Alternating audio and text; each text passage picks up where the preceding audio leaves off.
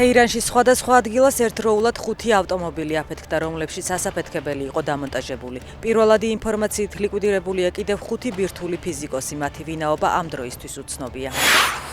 ისრაელის საჰაერო ძალებმა თეირანში ირანის დაზვერვისა და იუსტიციის სამინისტროების შენობები დაბომბეს. დღესვე ისრაელმა ყველაზე შორეული დარტყმის შედეგად, რომელიც დაახლოებით 2300 კილომეტრიდან განხორციელდა, ირანის მეჰშადის აეროპორტში ირანული თვითმფრინავი დაბომბა.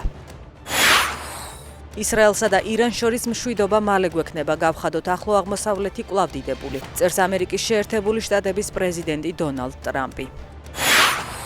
რუსეთის თათრეთის რესპუბლიკას უკრაინულმა დრონებმა შეუტიეს. თავდასხმა იმ რაიონში მოხდა, სადაც რუსების დრონების ქარხანა მდებარეობს. უპილოტო საფრენი აპარატის ფრაგმენტების საავტომობილო ქარხნის შენობას დაეცა და ხანძარი გაჩნდა. დაღუპულია 1 და დაშავებულია 13 ადამიანი.